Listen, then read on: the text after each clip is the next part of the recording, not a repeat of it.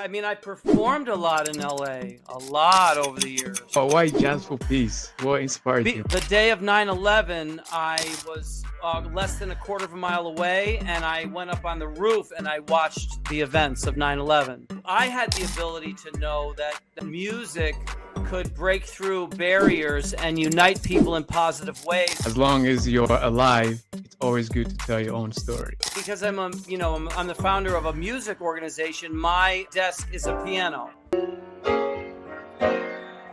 So in a world of snow, of things that come and go. So why Jazz for Peace? What inspired you? Well, the day of 9/11, I was less than a quarter of a mile away, and I went up on the roof and I watched the events of 9/11. And I knew at that time that I had the ability to know that music could break through barriers and unite people in positive ways, no matter what language, no matter what religion, no matter what culture. And I also knew that there were many outstanding causes in the world that were trying to address all of our world's problems and that weren't getting enough support. So I knew that if I could help them get more publicity, help them get more sponsors, help them get new and prestigious supporters, help them raise funds, help them unite their donor base and expand it. If I could do that for someone, they'd be very, very happy and the world would be a better place. Yeah, that's for sure. So we started the Jazz for Peace benefit concert series, which has since gone all over the world, again to LA many times, but all over the world, over 850 events. And it's considered by many to be one of the most significant cultural events of our time. And now there's a new book that just came out on Amazon. What's the title of the book? Paving the Path for Peace Through Music, the amazing story of Rick DellaRatta and Jazz for Peace. Amazing. Yeah. I always say it's good to like tell stories and also tell your stories yourself, because most of the time, sometimes there are people who can tell stories and sometimes it's not always right. So as long as you're alive, it's always good to tell your own story. And the other thing is, because I'm I'm the founder of a music organization. My desk is a piano, so I always play something on every podcast, like 3 to 4 minutes long for each podcast. I'll do a performance. That is so good. So with all those concerts, all those events, were they like self-funded? How did you manage to do that? Well, basically, we grow something. It's called an empowerment tree. So the first thing we do is we help an outstanding cause to put on an event. So we provide a world-class cultural event at no cost to you, plus the staffing, the guidance, the expertise to make that event a success. And the very first thing we tell people to do is, listen, you've got to get your supporters united behind this event. And then we have to expand your support base and your donor base. And the way we do it is by making all of those people VIP guests of honor, so that they literally get paid to come to the event. And people say, well, how are you going to do that? Well, we have sponsors. All of our events have sponsors. And the sponsors, our sponsors anyway, they think that the VIPs are, people that they want to be their future, their customers. You know what I mean? So they want to come and give their wine and their, food to the VIPs. So the VIPs practically get paid to attend the event. I see. So like everybody, there's no like a general admission or anything. There is, but with the way we confirm the event is to help the organization get the word out that, hey, you guys who already love what we're doing, you already know that we're doing good things in the community and that we're dedicated. You already know this. You can come on board now and you'll buy a ticket, but by the time you're done getting all the VIP perks and amenities, you'll actually get paid to come. Do you know what I mean? I mean, you might spend $40 on a ticket, but you'll get $60 worth of swag. You follow me? Yeah, like the rewards, like you reward people to come. It's Well, the VIPs, but Mhm. they buy their tickets in advance to help us confirm the event. Sure. Yeah, So that is we so can great. only do Mhm. our magic with a confirmed event. In other words, they can't do it because they're not well known, but we're Jazz for Peace, so we can Mhm. get the Los Angeles jazz community to write about it. Do you know what I mean? We can Yeah. get the Los Angeles radio station to say, "Hey, Rick Dollar and Jazz for Peace are coming. It's going to be at such as," you know what I mean? We can get that publicity and awareness. We can contact movie people who love jazz. Ed Mm. Begley Jr. is a big fan of Jazz for Peace. I don't know if you know who he is. He's an actor. Yeah, I do. Oh, Yeah. okay, so Mm. he's come to our events. He comes to the events, and he loves the music. So anyway, we can and then he becomes a supporter of the outstanding cause. So that helps them get, you know what I mean, new and prestigious supporters. I see. So it's like in simple words, it's like people funded. So it's people who In sponsor the in event. in simple words, it's Mm. help us plant the roots so Mm. we can grow your empowerment tree. We know how to make this event a success, Mm. but we know how to grow the branches, but Yeah. you have to help us plant the roots. You follow me?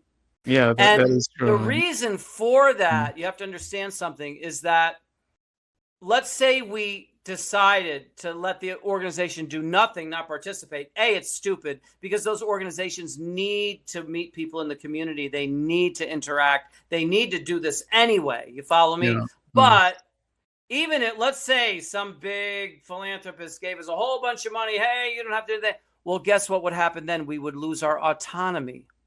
So the Mhm. first thing that a person would say was, "Yeah, I'll give you all this money, but here's the list of people you have to support. My causes." You see what I mean?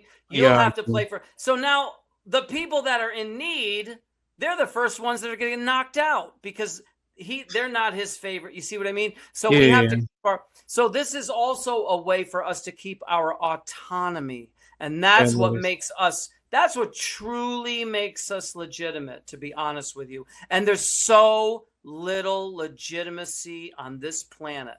Yeah, a lot. Like throughout history. Everybody's bought and paid for by Yeah, somebody else that is true. except us. So that's why when you go to our, it's called jazzforpeace.wordpress.com/about. It's a list a mile long.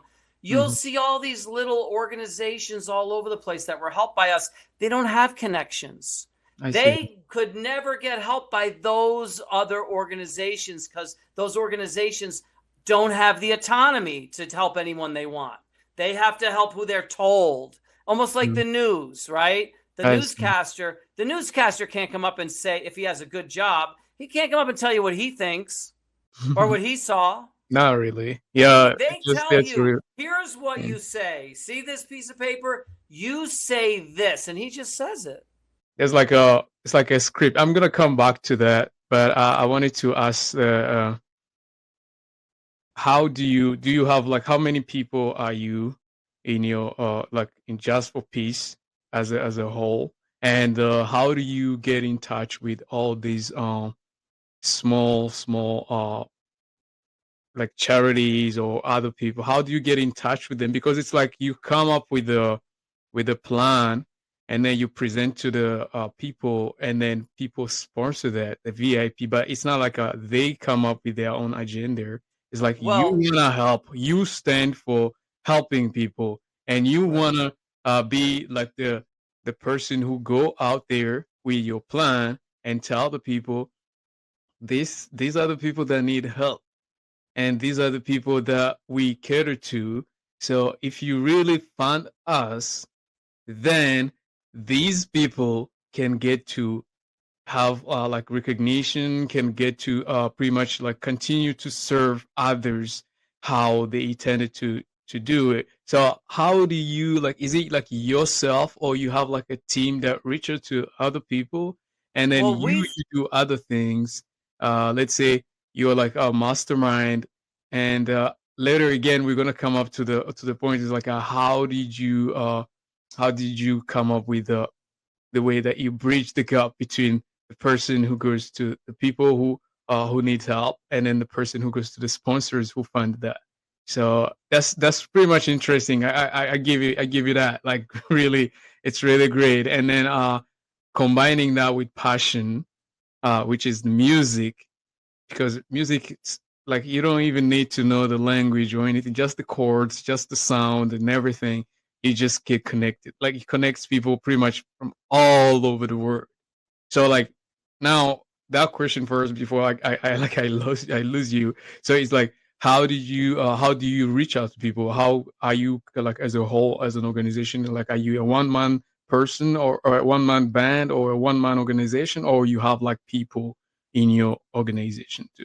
So basically, first of all, we're mostly volunteer organization, and we've had hundreds of volunteers. Hmm. What we do to get our volunteers, and I've had podcasts actually. I've had HR companies contact me because they want to know, because they see the same names on some of our documents, people assisting them. How you keep them volunteering for so long? Well, we appeal to Hmm. the passion of the volunteer, not to Hmm. our needs. So we grow, everything we do is based out of a tree, like our empowerment tree, where we grow the branches of a tree. Jazz for Peace also grows like a tree. We might need help in a certain area, but because we don't actually have funds to just hire somebody to do that, we appeal to our volunteers at what they're passionate at. And if someone says they're passionate at this, we grow that way. You know what I mean? Even Hmm. though we need this doesn't grow. Then maybe a volunteer becomes passionate about that. I don't know. Recently we had a lot of people telling us we needed a book because it was such an amazing story. And I was on so many Hmm. podcasts, hundreds of podcasts, people wanting to know the story of Jazz for Peace. And I went to a Yeah, volunteer who had, not to catch you, but as also when you talk about it, I was like, oh, that's the because we receive some people just send us requests and everything. So like, there has to be something that stands out. So that was one of them. I was like, whoa, okay, I need more of these. And pretty much it's like, yeah, now that you have a book, oh, that's really amazing. Yeah. the very first podcast I was ever on was a book podcast. The Hmm. person had a podcast called American Authors and Others. And Hmm. almost everyone that was on his podcast was an author of a book. He finds out about me and he says, I need you on my podcast. And I didn't even have a book. And he said, but I can't even have you. I have to have 3 shows with you. I said, why? He said, because I looked at what you do. And first of all, Jazz for Peace is amazing all itself. I have to have 1 show on Jazz for Peace, 1 show. Then he said, the music of Jazz for Peace is incredible. I have to have 1 show on to talk about the music and the artistry of Jazz for Peace. Then he said, your story, Rick DellaRatta, I have to have 1 show just on you. So the very first one was 3 podcasts. So that's how I knew something's going on with podcasts and their interest in what I do and their need for content. Yeah. So this woman had written, this volunteer had written an article once because she likes to write articles. She likes to write. So Mm. she wrote an article, and that article was published by All About Jazz, which is a well-known portal in jazz, well-known website. They published her article, and one day I looked at it, and it had 12,000 views. Now, most articles, if you go, it shows the views. It's like 567 views, or Mm. 800 views. Her article had 12,600 views for a website. You know what I mean? So Yeah. I was like, maybe I'll ask her. And I did. I said, listen, so many people are telling me, I don't know, they need it, blah, blah, blah. And then there was this new thing with ChatGPT where you could gather information, the ChatGPT would gather Yeah. information. The AI. And she had that little app Genie. So she was playing around with that. I said, maybe you should think of, what would you think about combining, your interest in that and your interest. And all of a sudden, boom, she got excited about it. You see what I mean? So it's the passion of the volunteer. If she wasn't passionate about it, forget it. And if I tried to hire somebody, they'd charge me so much, you know what I mean? I'd be bankrupt, Yeah. and then I wouldn't be able to do it with Jazz for Peace because our donors don't give me money to splurge on books. You know what I mean? It's like Yeah, it goes yeah, right to the organizations that we help. sure, sure. So that's how we do things. I might as well tell people, if you want to get somewhere, appeal to people, that appeal to their passion, appeal to the things, Yeah, yeah, to yeah, their because interest.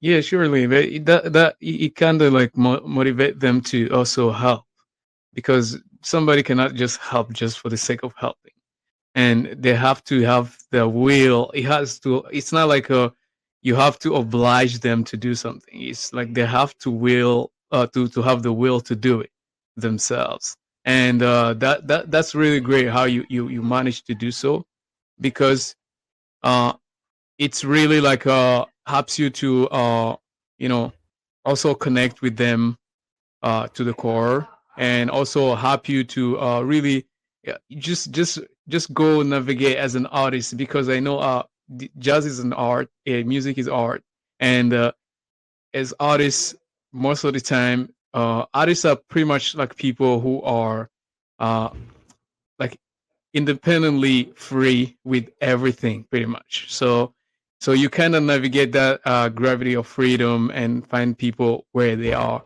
and that's really something commendable. Like, really, yeah, you do it well. And with the book, I'm sure more are gonna come, because yeah, the thing is, that story alone, that just one segment, and also there's more also to the to like jazz, and also peace, and also like your knowledge of music, you how you even like got to get to start doing music, pretty much. It's like it's more, it's like so many things to unpack, right? So we cannot Right. just like contain all of this in one segment. We just need to really have more of these. And another question that I'm gonna ask is, if somebody says, who is Rick? So who is Rick? How can you pretty much like give them like a glimpse, like, who is Rick? I would probably have to say, um, I am a person on a spiritual journey to try and um, follow my true path in life, to find my true path in life and follow it, because that gives me the best chance of having the most impact during the short time that I'm here on this planet. Wow, that is so deep. Like, one thing stood out for me, that is impact. It's like impact, yeah, because we were kind of discussing a little bit like us, the difference between impact and influence, and most people choose influence. However, it's like a temporary thing, and sometimes it doesn't even have a meaning. And but impact, it's something that stays, and that's something great. I love the fact that you choose impact over influence, and that is great. All right, so yeah, as we have to give the artists to like everything that they require to have like a stage, and this is a platform where we help people inspire and get inspired. And as you said, you do jazz, you do music, you have a keyboard as your in your office instead of a table, which is great. So I'll just give you the floor for you to really present it to us. What's just a glimpse of a few chords, and if you can sing, just feel free to Oh, do it. okay. Let me see if I can do that. Last night Mm. I was broadcast into a concert hall in London, England. Oh, And amazing! I didn't know what this podcast was today, so I didn't even think of anything. But I'm just going to play for you what I played for them, a song I played for them last night, because it's springtime here in New York. And this song is called You Must Believe in Spring. And then I'm going to just improvise something after that, just completely make something up just Hey, for the feeling that we have today. Whatever's coming through the cosmos is what's just going to let come. it out. Okay, you got it. Here we go. All right.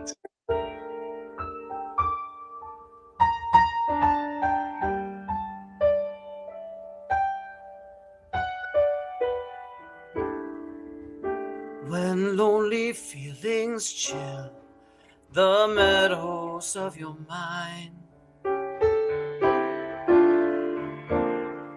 Just think, if winter comes, can spring be far behind?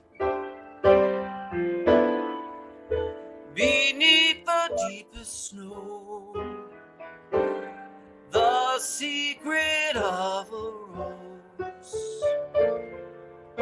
is merely that it knows you must believe in spring. Just as a tree that's sure its leaves will reappear, it knows its emptiness is just the time of year. The frozen mountain dreams of April's melting streams. How crystal clear it seems you must believe in spring. You must believe in love and trust it's on its way. Just as a sleeping rose awaits the kiss of May, so in a world of snow, of things that come and go, where what you think you know you can't be certain of, you must believe in spring and love.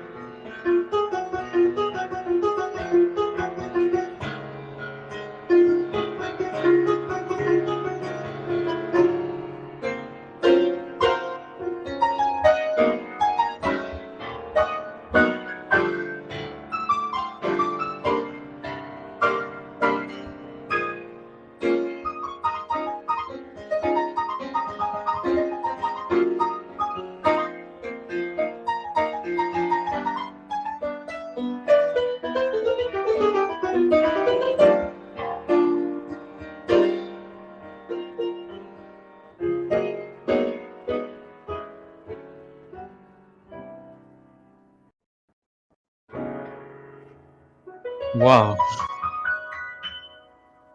Wow. Wow. Wow. You must believe in spring and love. Wow. That is great. What inspired you to write? Did you write it? Like you? Well, I didn't write the song. You must believe in spring. And I didn't write it, but it was recorded many years ago by a great jazz musician named Bill Evans. If you ever look up the jazz history, you'll see this guy, Bill Evans, who was a great Yeah. jazz piano player. And I ended up playing with his musicians after he died. So I ended up playing with the bass player Eddie Gomez, who was the longest bass player that he ever had, played with him for 13 years. He ended up being the bassist on my second album and also on the album Jazz for Peace. And then numerous other drummers, some who had played with Bill Evans and, at different points in their careers, I would find myself on the same stage with. One night, I had a gig and I showed up to that gig and I noticed that the bass player was Eddie Gomez, who was his longtime bass player, and the drummer's name was Elliot Zygmunt. And that was the two people who recorded an album with Bill Evans called You Must Believe in Spring. So there I was with the musicians, and I was the Bill Evans. You know what I mean? Because they were the musicians that recorded that record. And it's a classic jazz record. So I was like, oh my God, what am I going to do? I'm on stage with these guys. And it's almost like the ghost of Bill Evans is with us, you know?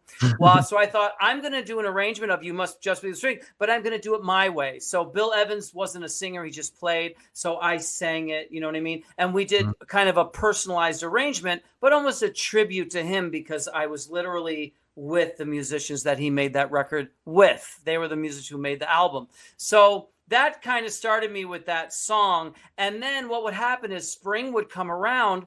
And again, I would reach out to volunteers. Hey, I have a podcast coming up from, well, what do you think I should play on it? And again, one of the volunteers would say different songs. About 2 weeks ago, a volunteer said, you know, I love that spring song. I was at one of your concerts and you, oh my God. Blah, blah, blah, blah. I said, what, you mean you must believe in spring? Yeah, that one. And you know, it's springtime. I said, okay, let me just go with that. So I just go with it. You know, the volunteers seemed excited about the performance and spring. So let me do that. And then I just improvised something that can only be attributed to this moment in time. It's attributed to you, to your energy, to the what you know, our camaraderie between us, to whatever's going on in the world, to world events, to the sun, to the sunset, whatever is going on. That's what made that. Because if you listen to my performance last night, I don't know if they taped it. I don't know if they have a tape. I mean, it was beamed in on a giant screen, so I have no idea if there was recording. But if there was recording and you listen to it, you wouldn't hear anything like what I just played for you. So that's why I thought it would be good to do this on the podcast, because every podcast has their own unique performance. Yeah. And then what I love about you podcasters is you guys all have your own theme. So if someone watches your podcast, they watch another, first they're going to hear different music or a different interpretation. And then they're also going to hear that podcaster's perspective based on his interests and his, you know, the theme of his podcast. So they're going to hear different lines of questioning, etc. Yeah, that is great. That was really a great arrange and a great tribute. Yeah, for real. And that will bring me to the question is like jazz. Why jazz? Well, I'll tell you why. One, because I was drawn to jazz as part of my journey through music. And as I continued my journey, I started to realize that, you know, there was so much corruption in the music industry that even though it would be nice to be a rock star or a pop star or make millions of dollars and all these kinds of things that you see on TV, there was so much corruption that you were up against that you could end up putting all of this effort into something and get ripped off by the record label or, you know, stolen or, you know, people do crazy things. So I thought, what is going to be something that if all else fails, I still can cling on to? And I thought the journey of jazz is something they can't take it away from you. And no matter what happens, you have wherever it is you made it to on your journey, you have that. So that can give you fulfillment no matter what crazy stuff happens in the rap industry that we're hearing about on, you know, YouTube and all this crazy stuff. No matter what those guys do, they can't stop this train. You know what I mean? So even if I don't become a millionaire and a big star and a Grammy, I still have what I achieved musically. But here's the other thing.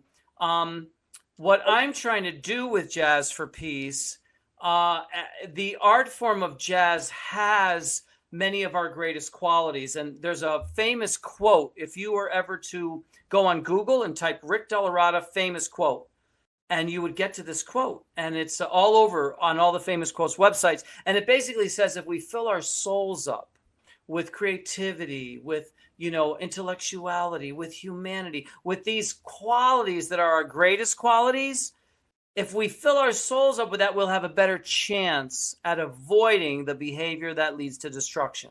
we'll have better chance, the best chance. And you want to give yourself the best chance. So jazz music embodies all of those qualities. If you're looking for creativity, it's in jazz. Artistry, jazz has it. Intellectuality, jazz has it. Spirituality, all of these things. Where other types of music, hey, they're going to sell you a nice, they're going to sell you a lot of beer, or they're going to, entertain you, or maybe they're going to be nice if you're going to try to pick up a girl, or, they're going to have serve a purpose. But jazz encapsulates all of these qualities that Jazz for Peace is trying to say. If we fill our souls up with those qualities, we're going to have a better chance not to, see all these crazy things going on in the world. Okay, so it's kind of like the promotion of the good, and in a way that you don't have to lose yourself to be good. Well, what it is that a lot of for capitalism. See, if you look at other indigenous forms, if you go back in time, and I've been around the world and helped indigenous people, work with indigenous people, they did not use music to sell beer. You know what I'm saying? I mean, that's not what they were doing. And so they were not using music for purely entertainment, Super Bowl halftime show. There was no Super Bowl. You know what I mean? There was no electricity even. So they were using music to its capacity, to its potential. And so music, as in its full potential, it stimulates your intellect. Well, that's important. If you're just being entertained all the time and you're not stimulating your intellect, that could backfire you at some point. So at some point or other, we all have to face the fact that, hey, we need to stimulate our intellect. We need to stimulate ourselves creatively. We need to stimulate ourselves spiritually. And music is kind of a cool way to do it. I mean, there's numerous ways, but, music is not a bad way to stimulate those parts of you. Yeah, that's great. It's also brings like questions. It's like music is it stimulates a lot of senses in a human like as a whole, and also it has the because ability to. Because it has the ability to, but we're not using it for that. Do you know what I mean? Sometimes you go down the street to a rap show or whatever, and maybe you're entertained. Good. You spent some money. Did that money come back to your community? I doubt it. Are you ever going to see that again? I doubt it. And were you really uplifted spiritually? I doubt it. Were you really stimulated? So in other words, you're only getting a portion of what music has to offer. So with jazz, I can deliver more to the listener than they're used to getting. I see.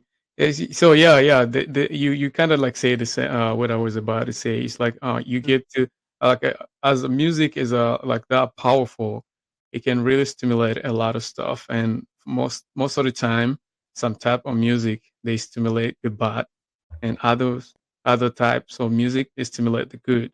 So you are, as a musician, as a person who like is there to impact, you kind of like choose the positive part, and to impact people positively, to impact people to for them to see a positive change, to take the positive route. And that is something pretty much like kind of missing we in 2024. And it's really everything is pretty much like going on a decline, but it's good to have people who can still have that ability to stay on the positive route. And because like as jazz, it's so slow, you can hear pretty much all the words, and kind of like when you go to the hip hop rap, and it's mumbling, and nowadays like you cannot even hear what people are saying, even if they're speaking English. Sometimes you can't even hear. And the substance pretty much is this really affecting people negatively. And it does not mean that they are not like some kind of rappers that are doing positive change, positive impact, but it's a kind of like how do you call this, the genre itself, it does not accept that as like well, you brought up something very important. And I don't know if you realize this, but I should tell you. Now, see, we've known about it. If you're and people in the industry have known or suspected. I didn't really know, but I suspected. Because when hip hop and rap first came out, I was very excited about it because I heard Grandmaster Flash. I like some of his stuff, and I thought, wow, this could really be a a venue for positive change. But only like a couple months ago on a podcast, I think it was this guy Bill Mayer's podcast. You know that guy Ice Cube? He's a rapper. Ice So Cube, Ice Cube gets on this show, and they have things to talk about. But just out of the blue, this Ice Cube guy, out of the blue, he just says that the rap labels are owned by the same company that owns the prisons. You follow me? Yeah. Now that's a serious conflict of interest. And so then the guy, Bill Mayer, was like startled, like, what did you just say? And then he said, could you clarify that? And he said, we were signed to a label. We would go to the label with our positive message. And the label would just say, well, we could put that out as a full album or whatever. And they're like, what about a single? Nah, we don't really hear a single. We don't hear a single for them to promote. You know what I mean? Now, if you don't have a single, your record isn't going to sell anything because the single has to promote the record to get people to buy the record. You follow me? That is so what the label is saying is the label is telling him your positive message, we can put it out in a way that really is not going to sell. You know what I mean? Then they notice if someone came in with something promoting violence, promoting drug use, promoting anything that was going to get you in jail, they'd be like, oh, this could be a number one single. And they put their money behind that and they promote that. And I'd listen to it and I'd say, I'm not even going to listen to this music because I'm going to end up in jail myself if I follow this stuff. So I just turned it on. But he was saying we had to deliver a song like that to get them to promote our record so that people could hear something positive. You see what I mean? Yeah, that's what they put their money behind promoting. So in other words, that's what I'm saying. If the label is trying to make trying to make you listen to a lower quality of something, you know what I mean? If they're trying to do that, then you actually have they're working against you. You see what I mean? You're actually getting they're trying to get you to trust them so they can betray you. Oh yeah, I see that. So it's kind of like it gives like a two snip. It's not like a comparison.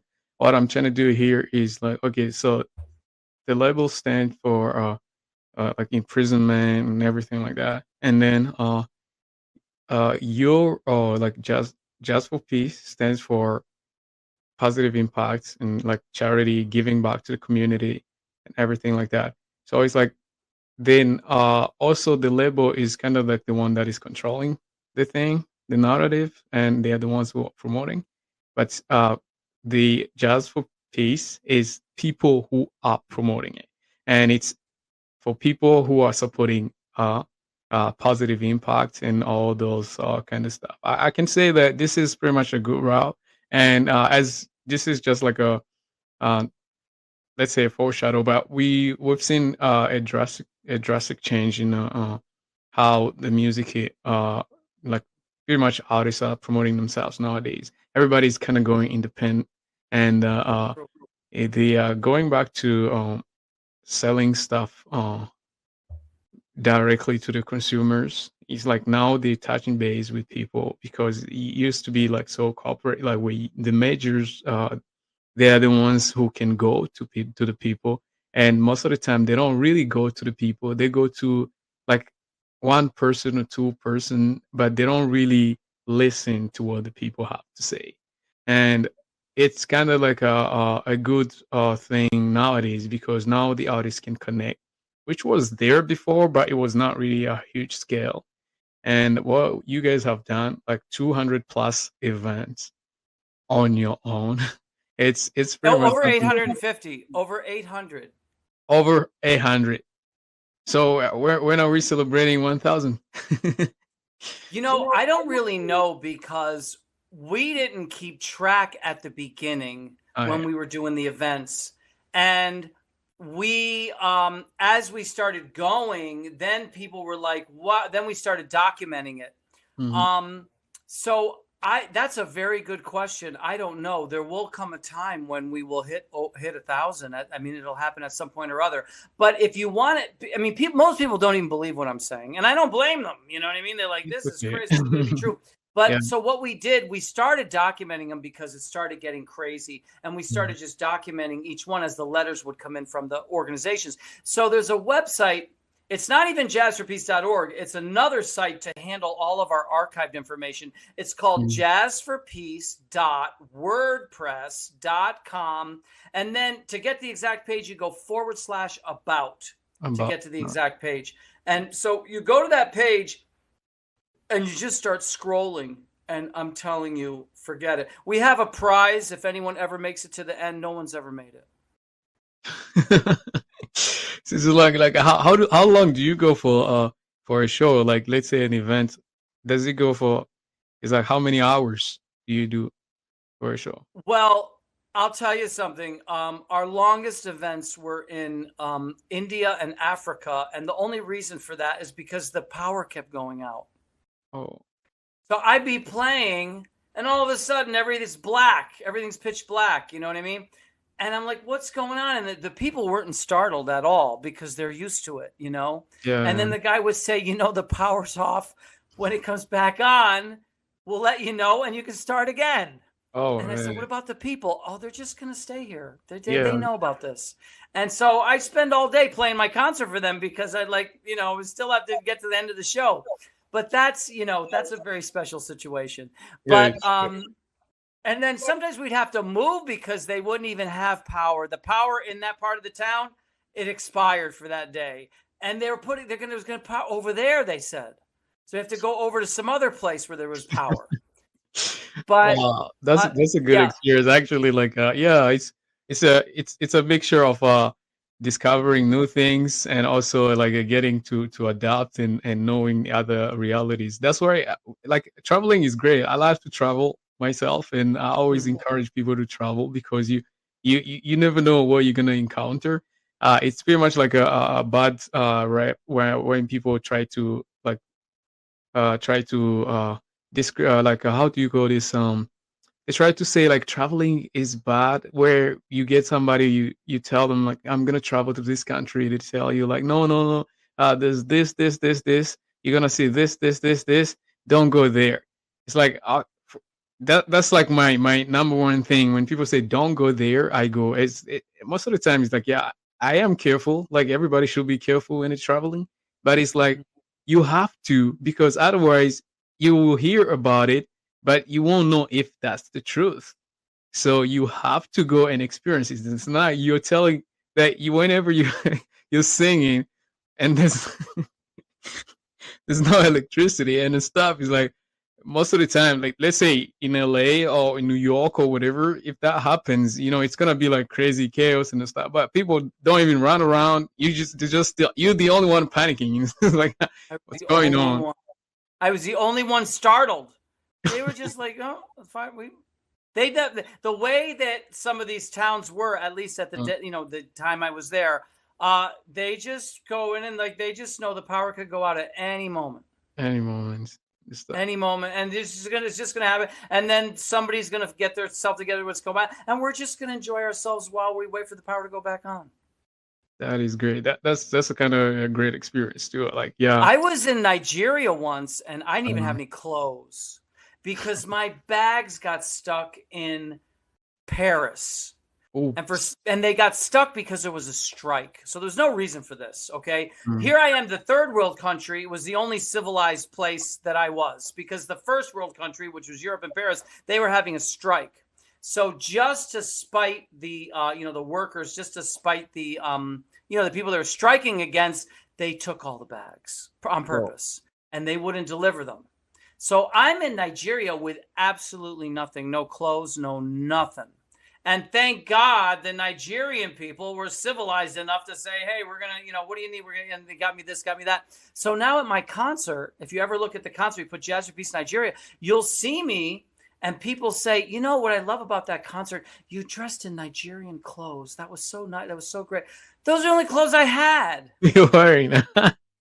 I didn't have any choice in the matter. But what am I going to do? They like it, so I'm not going to tell them. I just said, "Oh, I'm so glad." Yeah, Yeah, that's it was it. a good Yeah, idea. I was really smart idea of mine, but it really wasn't. You know what I mean? It was like all I could do was put on the Nigerian. That's yeah, all I was brilliant. asked to But do. how was the experience though? Well, it was a great experience, Nigeria. They were all my Africa experiences were completely different Different. from All one right, to the that's great. yeah. That's really amazing. Yeah, I can. There's like we can go on and stuff. Like I was saying, I'm gonna like go back to something as I was saying, like the promotion of something positive that something is impactful.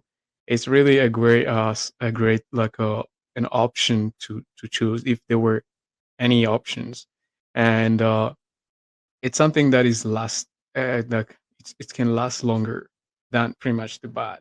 And although like the bad travels fast, as we say, like it's like when the truth, when the lies take the elevator, the truth take the stairs. And but sometimes you have to still push because at the end, like oh, in the end, the truth will always prevail.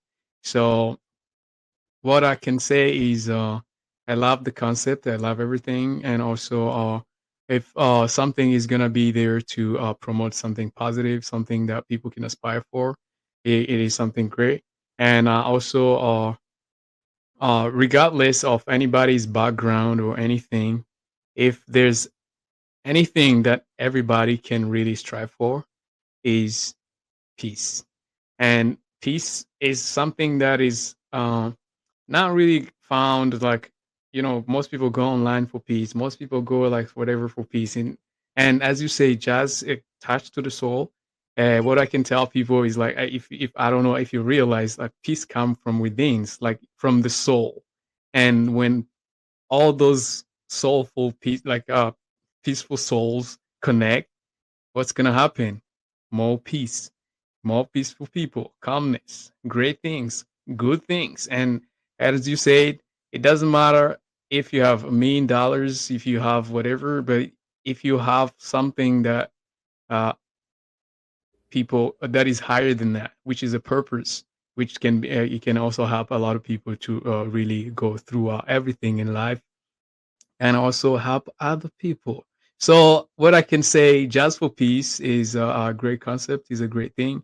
And for you, I don't know any thing if you took like a business class or anything like that, but I can say this is pretty much like a business uh, mastermind because business is pretty much about relationships, and you've mastered them to a highest degree, or where you can go and have that emotional intelligence and interact with people to meet them where they are and not just coming like a boss, like do this, do that.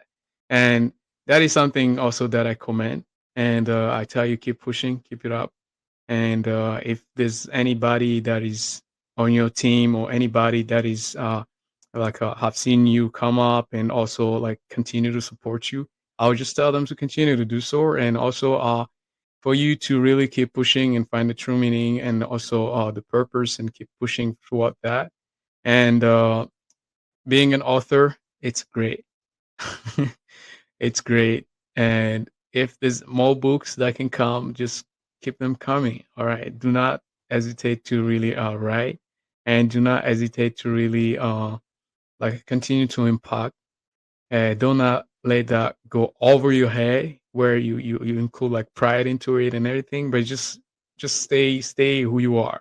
Do not lose that authenticity that you have, that you started with, and that you that has kept you up to here 800 plus events. And man, I'm telling you, like so many people, so many artists, it's even hard, as you can say, like when they go with the labels and stuff, it's hard to make decisions like that. It's hard to really go and do events whenever you want, however you want. And it's really like maybe they can do more, but they won't. It's like somebody is controlling. And the way that you do it, nobody is. And it's all to give back. And I'm really an advocate for giving back, and I love people who really appreciate that. And as I say, it always comes from uh, grateful hearts and grateful people, because nobody in their like not in their right mind can give back because they're always selfish, right? So being selfless, how having your organization like based around being selfless and just helping, it's really great. And I don't know if you're religious or not, but I can say that is something that is really going on the right track. So all the best. And if there's anything that you would like to give to the audience, like let's say uh, an advice that you could give to your younger self, and that also a word or a quote or something or any advice or any tip that has kept you pushing every single day, what would that be? What I would like to say is that, well, one, you're talking about artists, and everything you said was really correct. We have an artist grants program now. So it's important for artists to contact us and say, hey, I'm dedicated to what I'm doing. I want to get to the next stage in my career. And we'll see if we can qualify them for a Jazz for Peace artist grant. That would give a big boost to their career. Mm, We've given these grants as far away as Africa on one end of and as far north as Finland. So, artists should consider that. But people who are connected to outstanding causes should also share this podcast with people and say, listen, Jazz for Peace. See, our biggest, at this point in our journey, our biggest concern is who are we going to give the money to? Because, mm, we don't know. We're here in New York and we've done hundreds of them in New York, but we don't know who the outstanding causes are in your city or town. You do. So mm, you have to identify them. And also, we have a non-biased selection policy. So we can't show favoritism. What we can do is when somebody is representative of an outstanding cause, they can check out what we do and contact us. Or if someone knows of an outstanding cause, they can share our information with that outstanding cause and say, look, Jazz for Peace is sitting here waiting to help you guys. Take a look at what they do. And if you like what they do, send them an email or contact them. A mm. great way to do it is just send us an email to info@jazzforpeace.org, just our regular email address. And it can say whatever. That little comment that they give, it represents the seedling of an empowerment tree. We can use that comment to grow the roots of that tree. And then once we have the roots in place, again, help us plant the roots so we can grow your empowerment tree. Yeah, that is really great. And as I say, continue to do so. Continue to aspire for that. I know. Do you have any children? I do. I do. I do How have many? children. How many? 3. 3 children. Wow, that's great. That's really great. I just have one, and Uh-huh. just 1 year old. Good. Congratulations. Thank you so much. And Congratulations. Wonderful parent. it's really great to see that, because your children are gonna pretty much have what you really instill into them, and if you're a good example as a father, and they're gonna also continue the route. So at least I can be at peace knowing that your ideologies and everything is gonna be going forward with your offspring, right? So it's really something amazing. And yeah, we can just I think now we can just wrap up, but it's not like really a wrap up. As I say, this is just the beginning, and we're gonna have more talk and share more, and pretty much like a just give people pretty much the context, and also on every project or anything, so you can just reach out to me whenever you have something to speak about, or you have like an idea or anything. So always always uh available for any suggestion or anything. And Oh, yeah, what we do is we're gonna just keep sharing this with people, and good. just bring more awareness, and also amplify this to reach more people, and help the way we can do, because uh, the media is good, is a good way to reach the masses. However, it's always good to go with the right media, and and also as you go with the positive stuff, as us also we stand on positive things. So that's Mhm. pretty much it. So thank you again, Rick.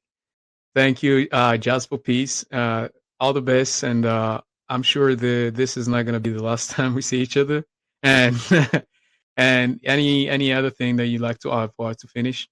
Well, I should tell you that we actually have something now called the Jazz for Peace podcast, and this Just is entirely up to you. But if you would like to expand your listenership to the people who come to the Jazz for Peace podcast, we have, it's a promotional thing where basically if you decide you want to do it, you can send us the file and we'll put it on the Jazz for Peace podcast so that people with all the information, who you are, where your podcast is, and what all the, what you do, so that hopefully they can, people that would never get to your podcast otherwise will see you on this podcast, and then yeah, they can come and check out your whole channel.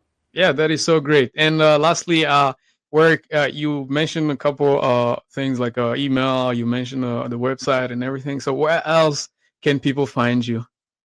There's really interesting stuff. I'd say one thing I would love for people to do, however they can, is get your hands on this book, because the response so far has been phenomenal. But here's the secret thing that most people don't know who just buy this book. This book has all little things in the pages scattered throughout to help an outstanding cause or artist with the Empowerment Grant Program. Because here, I'm going to tell you something. You're probably going to relate to this. This is something I find with everybody all the time, okay? Okay. You tell them about the grant, you tell them about the empowerment tree, and all of a sudden, they think of all 10 branches at the same time. Do you know what I mean? And no matter how much we tell them, no, you just concentrate on the roots right now. Now you're here. No, we're only going to concentrate on the local sponsors. Don't worry. You know what I mean? So this book can help me ground them, because if they have this book, even on Kindle, you can get it for practically nothing on Kindle. And I'll say, look, we are on page 156 of this book. You don't leave that page, and just, focus on that. And then, okay, that fundraiser, that's on page 87. And I can go to specific pages and paragraphs that will, and our team too, that can, you know what I'm saying, keep them grounded. And what I'm hoping it'll do, I won't know till, a little, because it just came out. But what I'm hoping to do is really help people reach their full potential with this grant, through this opportunity of going, pinpointing each little section in the book that pertains to the part of the fundraising journey that we're on. Yeah, that's so great. The title of the book again? It's called Paving the Path for Peace Through Music: The Amazing Story of Rick DellaRatta and Jazz for Peace, by Deborah R. Saratelli is the author. And you can find it it will be pretty much everywhere, but I know for sure right now you can find it on Amazon.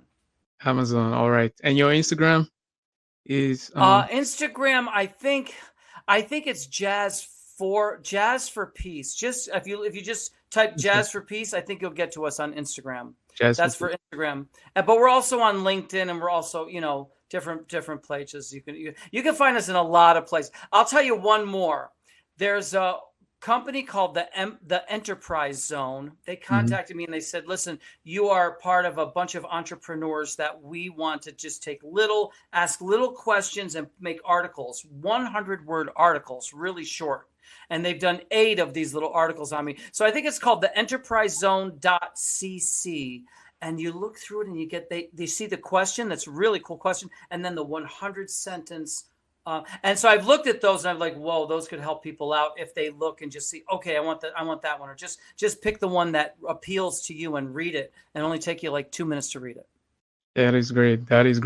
So Rick, again, it's a pleasure, and we keep in touch. And also, if you have any questions or anything, feel free to reach out. And also, take care of yourself, take care of your children and everything.